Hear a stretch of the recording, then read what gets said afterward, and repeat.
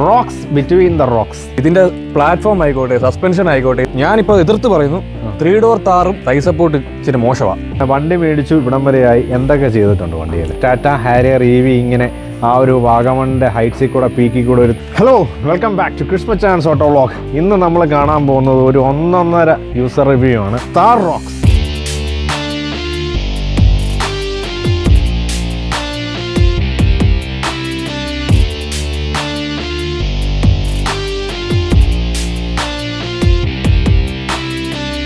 താർ റോക്സിൻ്റെ ഇപ്പോഴത്തെ ഒരു അവസ്ഥ എന്താണെന്നുള്ളതാണ് നമ്മളിന്ന് കാണിക്കാൻ പോകുന്നത്. കുറേ ഡൗട്ട്സ് കാര്യങ്ങളൊക്കെ ഉണ്ടെന്നറിയാം. അപ്പോൾ അതിൻ്റെ എല്ലാം സൊല്യൂഷനായിരിക്കും ഈ വീഡിയോ. സോ നമ്മളിന്നുള്ളത് ഒരു ബ്യൂട്ടിഫുൾ ലൊക്കേഷനാണ്, റോക്സ് ബിറ്റ്വീൻ ദ റോക്സ് എന്നുള്ളൊരവസ്ഥയിലാണ്. ഓക്കെ, നമ്മളെ ഇൻട്രൊഡ്യൂസ് ചെയ്യുകയാണ് ദ എനർജറ്റിക് ഒരു വണ്ടി ഭ്രാന്തനെ തന്നെയാണ്. Welcome bro. എന്താണ് പേര്? ശിവ. ഓക്കെ, അപ്പോൾ നമ്മൾ ശിവയോടാണ് ഇന്ന് ഈ വണ്ടിയെക്കുറിച്ച് കൂടുതൽ കാര്യങ്ങൾ ചോദിച്ച് മനസ്സിലാക്കാൻ പോകുന്നത്. എവിടെ നിന്നാണ് ബ്രോ ഈ വണ്ടി മേടിക്കുന്നത്? നമ്മൾ വാങ്ങിച്ചത് എറണാകുളം.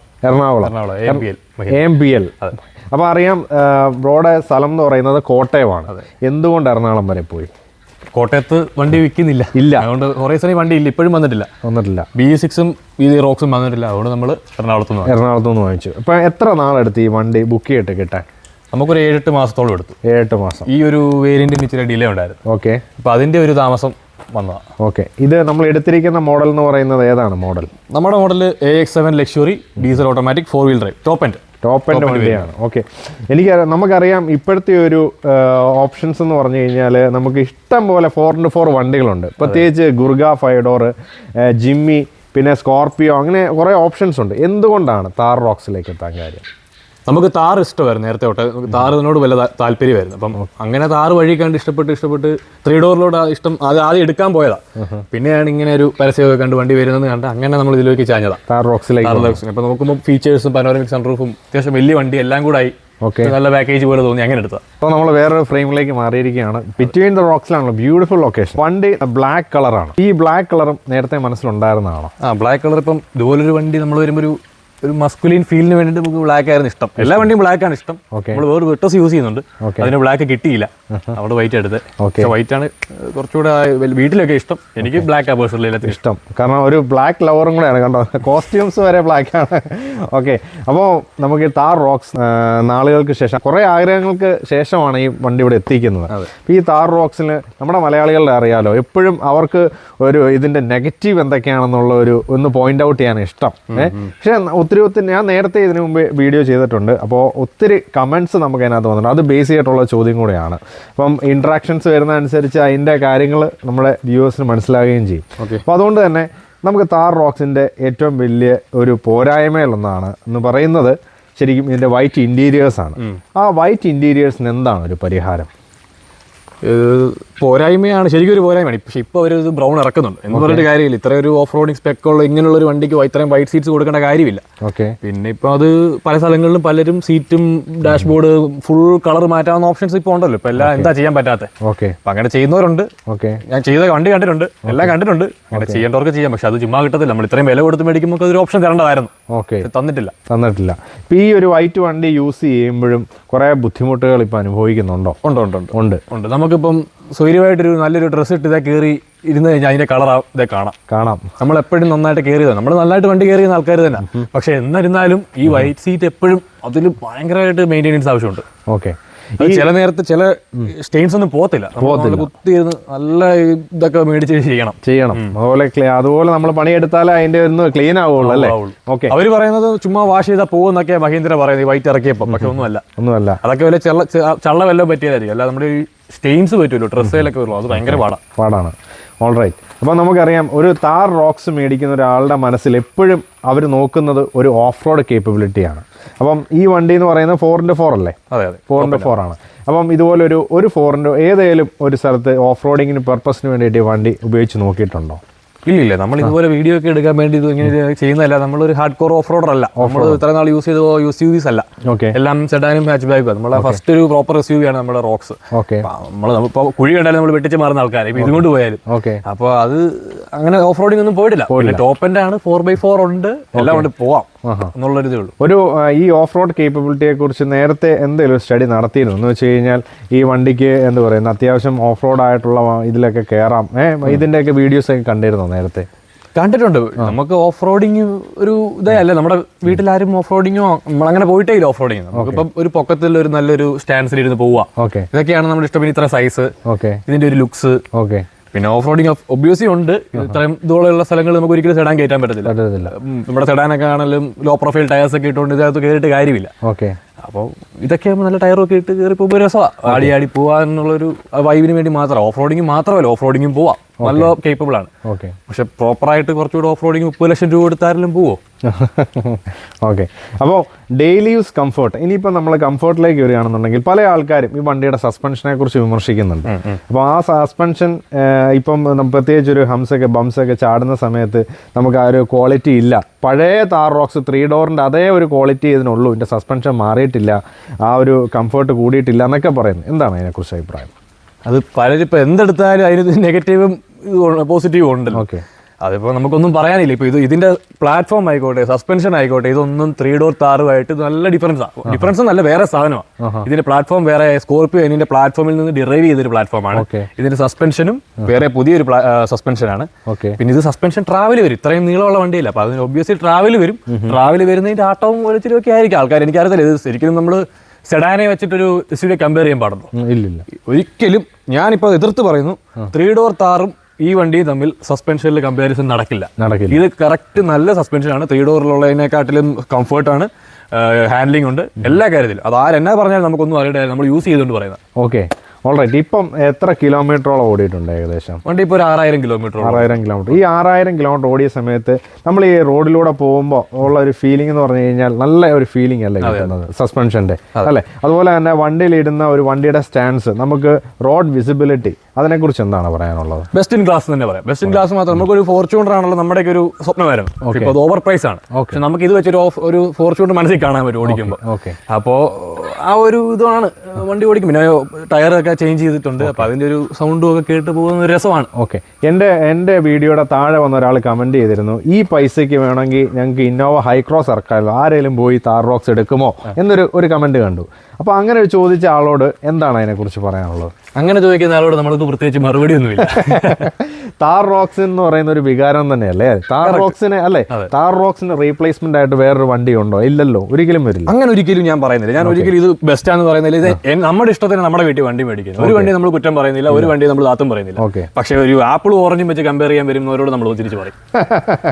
ഓൾറൈറ്റ്. അപ്പോൾ അതാണ് അതിനുള്ള ഉത്തരം. അപ്പോൾ കുറേ ആൾക്കാർ ഇങ്ങനെ വന്ന് കുറേ കമൻസ് ചെയ്യുന്നുണ്ട്. അതും നെഗറ്റീവ് കമൻസ് ആണ് കൂടുതൽ. അത് ബേസ് ചെയ്തിട്ടുള്ളൊരു ചോദ്യം കൂടെയാണ്. പിന്നെ അതുപോലെ തന്നെ ഈ വണ്ടിയുടെ നമ്മൾ ബാക്കിയുള്ള കാര്യങ്ങൾ എന്ന് വെച്ച് കഴിഞ്ഞാൽ വണ്ടിയുടെ ഇൻറ്റീരിയറിൽ നമുക്ക് ബാക്കിയുള്ള ഇതിൻ്റെ സിസ്റ്റംസ് കാര്യങ്ങളൊക്കെ, അതുപോലെ തന്നെ ഏറ്റവും കൂടുതൽ ആൾക്കാർ ബുദ്ധിമുട്ട് അനുഭവിക്കുന്ന ഒരു സംഭവമാണ് ഇതിൻ്റെ ആ ഒരു ആപ്പിൾ കാർപ്ലേ ആയിട്ടുള്ള കണക്ഷൻ. അതിനെക്കുറിച്ച് എന്തൊക്കെയാണ് പറയാനുള്ളത്?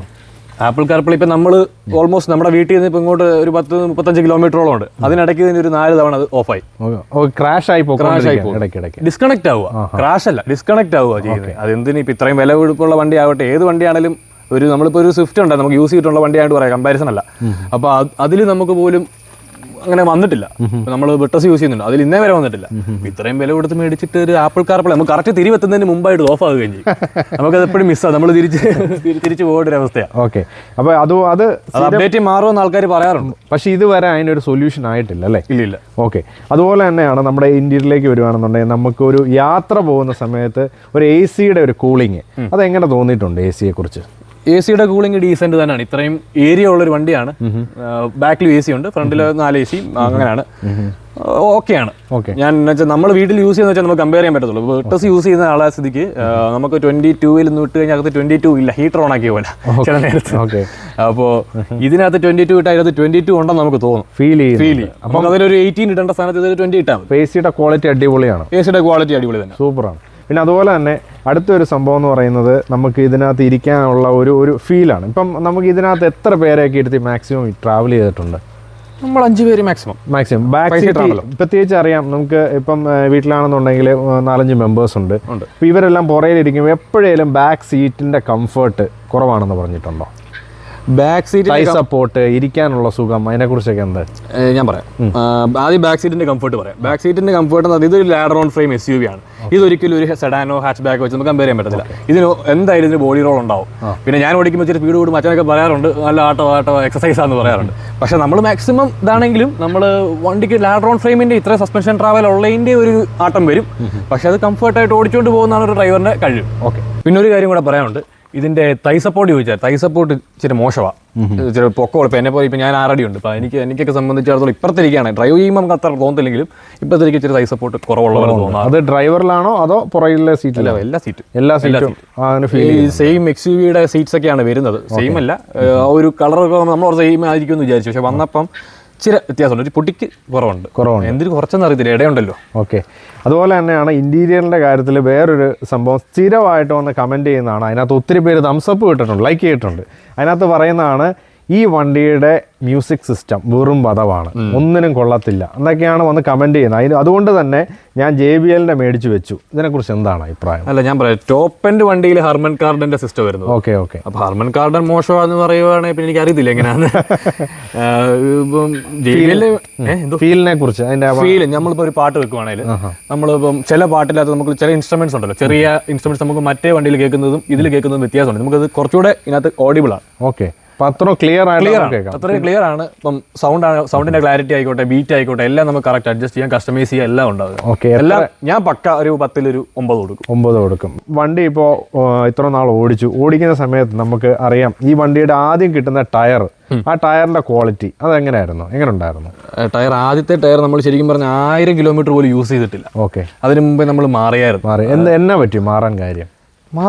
നമ്മൾ ഒരു ഇപ്പൊ കണ്ടില്ലേ, ഓൾട്ടറിൻ മാക്സിന്റെ ഒരു അപ്സൈസ്ഡ് ടയറും അലോയ്സ് ലെൻസോടെയും നമ്മൾ മാറ്റിയിട്ടിട്ടുണ്ട്. ഓക്കെ, അപ്പൊ അത് നമുക്ക് ലുക്സും വർക്കും എല്ലാം നടക്കുന്നതുകൊണ്ട് മാറ്റിയതാ. മറ്റേത് മോശമാണെന്നല്ല, അത് നമ്മൾ ഇത്രയും വലിയ വണ്ടിക്ക് അകത്തൊരു വീല് കിടക്കുന്ന പോലെ തോന്നത്തുള്ളൂ. അത് 255 ആണ് സൈസ് വരുന്നെങ്കിലും വണ്ടി ഇത്രയും ചാടി നിൽക്കുമ്പോൾ അതിനകത്ത് അത്രയ്ക്കുള്ളത് തോന്നില്ല. അതുകൊണ്ട് തന്നെ ഒന്ന് വണ്ടി മാറ്റിയേക്കാം, ഈ സംഭവം മാറ്റിയേക്കാം. ഇപ്പൊ ഇട്ടിരിക്കുന്ന ടയർ സൈസ് ഏതാണ്? എത്ര രൂപയായി? ഇപ്പൊ ഇട്ടേക്കുന്ന ടയർ മാക്സിന്റെ ബ്രാവോ എന്ന് പറഞ്ഞ ടയറാണ്. ഓൾട്ടറിൻ ടയേഴ്സ് ആണ്. ഇത് 285 60 18 ആണ് ഇതിന്റെ ഒരു ടയറിന്റെ സ്പെക്ക് വരുന്നത്. പിന്നെ അലോ ഇട്ടേക്കുന്ന ലെൻസോടെ MX ക്രോസ് എന്ന് പറയുന്നൊരു വീലാണ്. അപ്പോൾ അതൊക്കെയാണ് പരിപാടി. മലയാളികളെ സംബന്ധിച്ച് BMW മേടിച്ചാലും ബെൻസ് മേടിച്ചാലും അതിന്റെ മൈലേജ് നോക്കുന്ന ആൾക്കാരാണ്.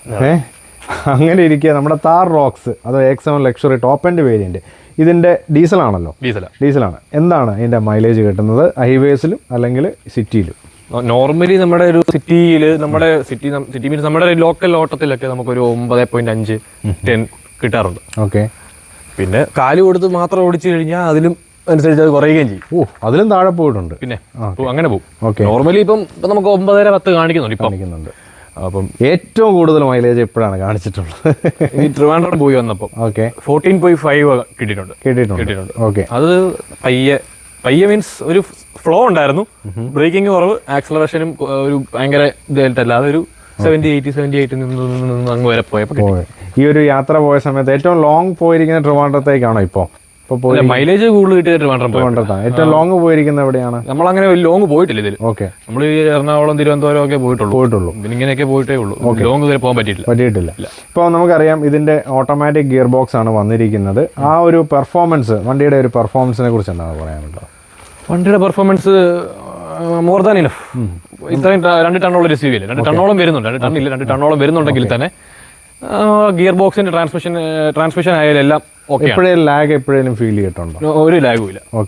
കാല് കൊടുത്ത് അപ്പം തന്നെ ഷിഫ്റ്റിംഗില്ല, ലാഗില്ല, ചവിട്ടിയാലും കയറുകയും ചെയ്യും, ഒരു പ്രശ്നമില്ല. അതിലൊന്നും ഒരു പ്രശ്നമില്ല. പിന്നെ 6th ഗിയർ വീടിന് 94 കിലോമീറ്റർ സ്പീഡ് മിനിമം വേണം. ഓക്കെ, നേരത്തെ എന്നോട് സൂചിപ്പിച്ചോ എനിക്ക് തോന്നുന്നു വിർട്ടസിൽ ഇപ്പം നമ്മളിപ്പോൾ പെട്ടെന്ന് ഒരു ട്രാഫിക് വന്നു, ഒന്ന് നിന്നു, പെട്ടെന്ന് വണ്ടി എടുക്കാനായിട്ട് വിർട്ടസിലാണെങ്കിൽ ഒരു റെസ്പോൺസ് കിട്ടും. ഇതിന് റെസ്പോൺസ് അങ്ങനെ ഫീൽ കുറവുണ്ടോ? അങ്ങനെ തോന്നിയിട്ടുണ്ട്? ഇല്ല. അത് വിർട്ടസിൽ നേരെ തിരിച്ചാ. വിർട്ടസിൽ ആഞ്ഞ് ചവിട്ടി കഴിഞ്ഞ് കഴിഞ്ഞാൽ നിർത്തിയിട്ടടുത്തൊന്നും ആഞ്ഞ് ചവിട്ടി കഴിഞ്ഞ് കഴിഞ്ഞാൽ DSG-യുടെ ഒരു 2 സെക്കൻഡ് ലാഗ് അത് കഴിഞ്ഞ് വണ്ടി കയറും. ഇതിനാ DSG അല്ലാത്തതുകൊണ്ട് ടോർക്ക് കൺവേർട്ടർ ആണല്ലോ. ഇത് കുറച്ചുകൂടെ ഇത് ഇനീഷ്യൽ എപ്പോഴും ഇതേ കയറുന്നത്. നീങ്ങി കഴിയുമ്പോൾ അത് കയറിപ്പോ. അത് പിന്നെ കമ്പാരിസൺ അല്ല, കാര്യം പറഞ്ഞു എന്നുള്ളൂ. ഓക്കെ, അപ്പം അത് വിർട്ടസ് യൂസ് ചെയ്യുന്നതുകൊണ്ടാണ് ആ ക്വസ്റ്റ്യൻ ചോദിച്ചത്. ഇനിയിപ്പോൾ കമന്റ് വരും. പ്രത്യേകിച്ച് നൈറ്റ് ഡ്രൈവ് ഒക്കെ ചെയ്യുന്ന സമയത്ത് ഇതിന്റെ ഹെഡ്ലൈറ്റ് പല ആൾക്കാരും പറയാറുണ്ട് വൈറ്റ് ലൈറ്റ് ആണ്, മിസ്റ്റിനെ പിടിക്കത്തില്ല, ക്വാളിറ്റി കുറവാണ്. അങ്ങനെ എന്താണ് ഹെഡ്ലൈറ്റിനെ കുറിച്ച് പറയുന്നത്? ഹെഡ്ലൈറ്റിന്റെ ക്വാളിറ്റി അത് പർപ്പസ് മീറ്റ് ചെയ്യുന്നുണ്ട്. പക്ഷേ വൈറ്റ് ലൈറ്റ് ഒരിക്കലും മിസ്റ്റി കൂടെ പാസ് ചെയ്യത്തില്ല, അത് കറക്റ്റാ. ഓക്കെ, മഴ പെയ്ത് കിടക്കുമ്പോൾ വ്യത്യാസമുണ്ട്, ഉണങ്ങി കിടക്കുമ്പോൾ കുറച്ച് നല്ല ത്രോ കൂടുതലുണ്ട്. നല്ല ലൈറ്റ് നല്ലത് തന്നെ. ഫോഗ് ലാമ്പ് ഉൾപ്പെടെ വൈറ്റ് കളറാണ് വരുന്നത്, ലേഡിയാണ്. ഓക്കെ, കുഴപ്പമൊന്നുമില്ല. നല്ലൊരു ക്വാളിറ്റി നമുക്ക് കിട്ടുന്നുണ്ട്, ഉദ്ദേശിച്ച ക്വാളിറ്റി കിട്ടും. ഈ വണ്ടി വിലക്കൊത്ത വണ്ടി ഇല്ല എന്ന് പറയാറുണ്ട്. അപ്പൊ അതിനെക്കുറിച്ച് എന്താണ് ആ കമന്റിനെ പറഞ്ഞ ഏത് വേരിയന്റ് ആണെന്നോ ആദ്യം ആലോചിക്കണോ? ഓക്കെ, ഈ വണ്ടിക്ക് ഇപ്പം ടോട്ടൽ എത്ര എക്സ്പെൻസ് ആയിട്ടുണ്ട്? ഈ വണ്ടിക്ക് ഓൺ റോഡ് 30 ലക്ഷം രൂപയായിട്ടുണ്ട്. അപ്പോൾ എപ്പോഴേലും ഏതെങ്കിലും ഒരു സമയത്ത് എനിക്ക് ആ വിലക്കൊത്ത വണ്ടി ഇല്ല എന്നതിൽ ഫീൽ ചെയ്തിട്ടുണ്ട്? എപ്പോഴേലും ഫീൽ ചെയ്തിട്ടില്ല. ഇല്ല. ഓക്കെ, ഇതിനകത്ത് വേണ്ട ഫീച്ചേഴ്സിനാണ് ഫീച്ചേഴ്സ് ഉണ്ട്, ഡ്രൈവിംഗിൽ അതിൻ്റെതായ സുഖമുണ്ട്, ഇത്രയും സൈസ് ഉണ്ട്, ഓക്കെ, എല്ലാം കൊണ്ട്. ഇപ്പം നമ്മുടെ i20 എടുത്ത 16 ലക്ഷം രൂപയുണ്ട്. ഇപ്പം സ്വിഫ്റ്റിന്റെ വില തന്നെ. അതെ. അപ്പം എല്ലാ വണ്ടിക്കെല്ലാം വിലയുണ്ട്. അത്യാവശ്യം 30 ലക്ഷം എന്ന് പറഞ്ഞാൽ ഇക്കാലത്ത് ഒരു റേറ്റ് അല്ല, ഒരു നോർമൽ എമൗണ്ട് ആണ്. ഫോർച്യൂണർ വരുമ്പോഴും അപ്പം അതെ. അപ്പോൾ അത് പിന്നെ കൂടുമല്ലേ. ഓക്കെ, അത് ഞാൻ നെഗറ്റീവ് പറഞ്ഞാണേ. AX7 ലക്ഷറി വണ്ടി, അഡാസ് ലെവൽ 2 ഫീച്ചറുള്ള വണ്ടിയാണ്. ഇതൊക്കെ യൂസ് ചെയ്യാറുണ്ടോ? ഇല്ല. അതാ ഈ പറയുന്നത്, എല്ലാവരും ഭയങ്കര വിലക്കുള്ള വണ്ടിയിൽ നമ്മൾ വില കൊടുത്തിട്ട് നമ്മൾ ഉപയോഗിക്കാത്ത ഫീച്ചേഴ്സ് ഇതിനകത്തുണ്ട്. ഓക്കെ, അങ്ങനെ നമ്മൾ അഡാസ് ഇപ്പം നമ്മുടെ നാട്ടിലിപ്പം നല്ല വര ഉള്ള റോഡ് വേണം. അപ്പം ഇതൊക്കെ എല്ലായിടത്തും ഇല്ലല്ലോ. പിന്നെ മാത്രമല്ല, ഇപ്പം നേരത്തെ എന്നോട് ശിവ പറഞ്ഞ പോലെ ഒരു സംഭവം, നമ്മളിപ്പോൾ ബൈക്കിനാണെങ്കിലും ഇങ്ങനെ ഓടിച്ചുകൊണ്ട് പോകുമ്പോൾ പുറയിൽ ഒരാൾ പിടിച്ച് കുലുക്കിയാൽ എങ്ങനെ ഇരിക്കും അല്ലെ? നമ്മുടെ പോക്കിനെ ഒരാൾ കൺട്രോൾ ചെയ്യുന്നു അല്ലെ? ആ ഒരു ഫീലിംഗ് അഡാസിൽ തോന്നിയിട്ടുണ്ട്. അതാണ് നാട്ടിൽ ഇപ്പം അടുത്ത വണ്ടിയൊക്കെ കയറി നമ്മൾ കുറച്ച് ഇങ്ങോട്ട് ഇറങ്ങി നോക്കാൻ നേരത്തെ അഡാസ് സമ്മതിക്കുകയല്ലോ, നമ്മുടെ സ്റ്റിയറിംഗ് പിടിച്ചിരിക്കും. ഓക്കെ, വണ്ടി മേടിച്ചു ഇവിടം വരെയായി, എന്തൊക്കെ ചെയ്തിട്ടുണ്ട് വണ്ടിയിൽ? നമ്മൾ ടയറും അലോയും മാറി ആദ്യം, പിന്നെ ടിൻഡ് ചെയ്തു, അണ്ടർ ബോഡി കോട്ടിങ് ചെയ്തു, കാലിബർ പെയിന്റ്. പിന്നെ അകത്ത് നമ്മൾ ചെറിയ പൊടിക്കൈകളാ. പിന്നെ അകത്ത് മറ്റേ ഫോർജ്ഡ് കാർബൺ, ക്രോം വരുന്ന പാർട്സിലൊക്കെ. പിന്നെ ഫുൾ ബോഡി PPF. ഇത് ഈ പറഞ്ഞ സാധനത്തിന്റെ ഒക്കെ എല്ലാത്തിൻ്റെയും കൂടെ ഒരു എക്സ്പെൻസ് ഓർക്കുന്നത് മാത്രം ഒന്ന് പറയാൻ പറ്റുമോ? കാരണം നമ്മുടെ ഈ വണ്ടി മേടിക്കാൻ ആഗ്രഹിക്കുന്നവരുണ്ടാവും, അവരെന്തൊക്കെ ചെയ്യണമെന്ന് ആഗ്രഹിക്കുന്നുണ്ടാവും, ഇതിന് എത്ര രൂപയാവുമെന്ന് അവർ പ്ലാൻ ചെയ്യുന്നുണ്ട്. അപ്പോൾ അതിനുവേണ്ടി അവർക്കൊരു എക്സ്പെൻസും കൂടെ കരുതി വെക്കാൻ വേണ്ടിയിട്ടാണ് ഈ ഒരു ചോദ്യം. ഓക്കെ, എക്സ്പെൻസ് ഇപ്പോൾ ടയർ വരുമ്പോൾ ഒരെണ്ണം ഒരു ടയറിന് 18,500. പല ബ്രാൻഡ് കിട്ടും. ഇത് മാക്സിസിൻ്റെ ടയറാണ്. ഇത് 18,500 ഒരു ടയർ വരുന്നത്. അലോയ് വരുമ്പോൾ 1.5 രൂപയാവും. പിന്നെ PPF നമ്മുടെ ക്വാളിറ്റി മെറ്റീരിയൽ പോലെ ഇരിക്കും. അപ്പോൾ ഇത് കോസ്മോ എന്ന് പറയുന്നൊരു മെറ്റീരിയലാണ്. ചെയ്യുന്ന സ്ഥലം വ്യത്യാസം ഉണ്ടാവും, പലർക്കും പല റേറ്റ് ആയിരിക്കും. നമ്മളിത് ഗോസിക്സ് ഗാരേജ് കോട്ടയത്തു നിന്നാണ്. അപ്പോൾ എല്ലായിടത്തും ഒരുപോലെ ആണെന്നില്ല. അപ്പം പല ബ്രാൻഡുണ്ട്, പലരും ചെയ്യുന്ന പലരുടെ ബഡ്ജറ്റ് അനുസരിച്ച് എല്ലാ ബ്രാൻഡും ചെയ്യുന്നുണ്ട് എല്ലാവരും. ഓക്കെ, ഇതിന് PPF എത്രയായി? PPF ഇപ്പോൾ 1.5. ഓക്കെ, പിന്നെ ബാക്കിയുള്ള അതിൻ്റെ ആ ഒരു കാർബണിനും ബാക്കിയുള്ള ടിൻഡിൻ്റെ ഇതിനെ മറന്നുപോയി. ഓക്കെ, അതൊന്നും അങ്ങനെ ഓർത്തില്ല. മെയിനായിട്ട് ഇതൊക്കെ ഓർത്തുള്ളൂ. ഇതിന്റെ കൂടെ അങ്ങ് പോയി. ഇതൊക്കെ കോംപ്ലിമെന്റ് അവിടെ ചെയ്ത് തരാറുണ്ട്. ഓക്കെ, ഫുൾ ബോഡി PPF ചെയ്യുമ്പോൾ. പിന്നെ അണ്ടർ ബോഡി കോട്ടിങ് അത് 5,500 ആണെന്ന് തോന്നുന്നു. 5,500. കാലിബർ പെയിന്റിങ് 3,500 അങ്ങനെ. പിന്നെ ടെയിൽ ലാമ്പ് സ്മോക്ക് ചെയ്തായിരുന്നു, കംപ്ലീറ്റ് ബ്ലാക്ക് ആക്കി. പക്ഷെ നമുക്ക് സ്മോക്കിംഗ് മെറ്റീരിയലാണ്, സാധാരണ ചുമ്മാ ബ്ലാക്ക് ആക്കി വെച്ചേക്കുമല്ല. വണ്ടി സ്റ്റാർട്ട് ആകുമ്പോൾ തന്നെ DRL കത്താറുണ്ട്. ഓക്കെ, DRL കത്തുന്നത് നന്നായിട്ട് കാണാം. ഓക്കെ, ഈ ലൈറ്റ്സും ഒന്നും മാറ്റിയിട്ടൊന്നുമില്ല, വേറെ ലൈറ്റ് ഒന്നും ആഡ് ചെയ്തിട്ടില്ല, അങ്ങനത്തെ ഒന്നും ചെയ്തിട്ടില്ല, ഇതുവരെ ചെയ്തിട്ടില്ല. ശരി, ഇനിയും എന്തേലും ഭാവിയിൽ ചെയ്യാൻ ആലോചിക്കുന്നുണ്ടോ എന്തെങ്കിലും വണ്ടിക്ക് വേണ്ടി? അതിന്റെ ബമ്പറും ഗ്രില്ലും മാറിയൊക്കെയുള്ളതെന്ന് ആഗ്രഹം. ഓക്കെ, അതെന്താ, എന്ത് പറ്റി? വേറൊന്നുമല്ല, മറ്റേ വ്രാംഗ്ലറിന്റെ ബമ്പറും വ്രാംഗ്ലറിന്റെ ബമ്പറും മറ്റേ ഈ ഗ്രില്ലുണ്ടല്ലോ, ഓക്കെ, രണ്ടും മാറിക്കഴിഞ്ഞാൽ ഒരു റുബിക്കോൺ വരുന്ന പോലെ തോന്നും. ഈ താർ റോക്സിൽ ഇത്രയും ബ്ലാക്കിഷ് ആയിട്ടൊരു വണ്ടിക്ക് ഇതിൻ്റെ ഇടയിൽ കൊണ്ടുപോയിട്ട് ഈ ഒരു സിൽവർ ഫിനിഷ് കൊടുത്തത് എന്തെങ്കിലും ഇതായിട്ട് തോന്നിയോ? ലുക്സിന്റെ ബേസ് ചെയ്ത് എന്തെങ്കിലും ബേസിൽ അങ്ങനെ തോന്നിയൊന്നുമില്ല. ബേസ് മോഡൽ വരുമ്പോൾ ബ്ലാക്ക് ഏറ്റവും ബേസിൽ വരുന്നത് ബ്ലാക്കാ. ഓക്കെ, ടോപ്പ് വരുമ്പോഴാണ് സിൽവർ വരുന്നത്. എനിക്ക് സിൽവർ ഇഷ്ടമില്ല. എന്തെങ്കിലും അതിനൊരു മസ്കുലാരിറ്റി ഫീൽ ആയിരിക്കും, എനിക്കറിയത്തില്ല. നമുക്ക് വലിയ കുഴപ്പം തോന്നിയില്ല. പിന്നെ എപ്പോഴും ബമ്പർ മാറാമല്ലോ. ഓക്കെ, ഇത് മാറാവുന്ന, ഇത് മിക്കവരും മാറുന്നതാണ്. ആരും ബമ്പറിൽ ഇതിലെ കളർ ആരും നോക്കാറില്ലെന്ന് തോന്നുന്നു. ഓക്കെ, ഈ താർ റോക്സിന്റെ ഫ്രണ്ടിൽ നിൽക്കുമ്പോഴാണ് എനിക്ക് എൻ്റെ മനസ്സിലേക്ക് പെട്ടെന്നൊരു വീഡിയോ വരികയാണ്.